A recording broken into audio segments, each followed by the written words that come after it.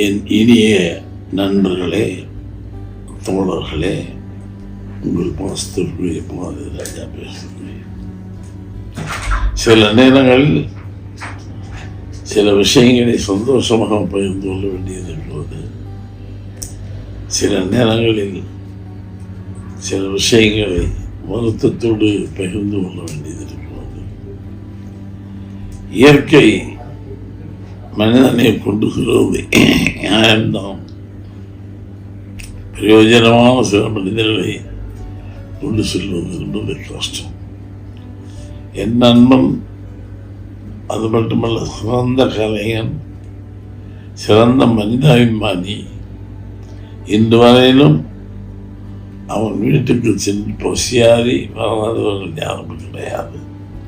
அத்தகைய ஒரு நல்ல கலைஞன் பல நாட்களாக எந்த விதமான மூமெண்ட்டும் இல்லாமல் இருக்கும்போதே தமிழ்நாடு முழுவதும் மட்டுமல்ல உலகம் முழுவதும் வருத்தப்பட்டது. ஏனென்றால் ஒரு நல்ல கலைஞன் எப்படி இது மாறிவிடக்கூடாது நினைத்தும் எது நடக்கக்கூடாதோ அது நடந்து விட்டது. இருந்தாலும் அவன் வீட்டுக்கு சென்று சாப்பிடாதவர்கள் கிடையாது. அவன் வீட்டுக்கு சென்று அவனை தரிசிக்காதவர்கள் கிடையாது. நல்ல மனைவி, நல்ல பிள்ளைகள், நல்ல ரசிகர்கள்.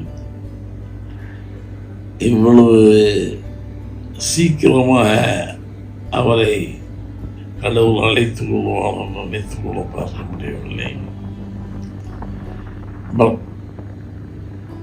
அது கஷ்டமாக நிகழ்வு. காலை செய்தி கேட்டவுடனே, ஏன்னா அவன் கலைஞன் மட்டுமல்ல, மிக சிறந்த ஃபைட்டர், நல்ல கலைஞன், நல்ல ஃபைட்டர், நல்ல இறக்க சிந்தாலே. யாருக்கு என்ன பண்ணணுமோ அவன் அந்த காலகட்டத்தில் பண்ணுவான். சினிமா நடிகர்கள் சம்பாதிக்கலாம், ஆமாம், சம்பாதித்து பிறகு கல்வி கொடுத்தவன் விஜயகாந்த். விஜயகாந்தோட ஒரு படம் தான் செய்திருக்கிறேன்.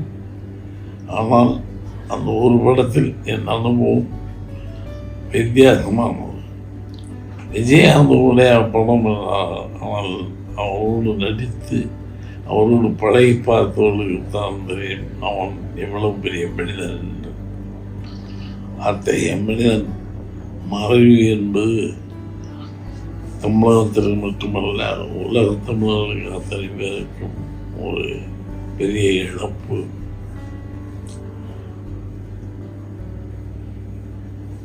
என்ன செய்வது? சில நேரங்களில் இயற்கை தவிர்க்க முடியாமல் ஒன்று. என்னால் உடல்நிலை சரியில்லை, நடப்பவர்கள் கூட முடியவில்லை. ஒவ்வொரு காலகட்டத்திற்கும் ஒரு மனிதனுக்கு இது உண்டு. அதுபோல் இந்த காலகட்டத்தில் பாரதி ராஜாவால் ஆக்டிவாக நடந்து சென்று பார்க்க முடியவில்லை என்று கவலை இருக்கிறது. விஜயகாந்த் வெற்றிப்படி நாட்டியம். விஜயகாந்த் தம் நடிப்பால் உயர்ந்தவன். விஜயகாந்த் மனித தன்மையால் உயர்ந்தவன்.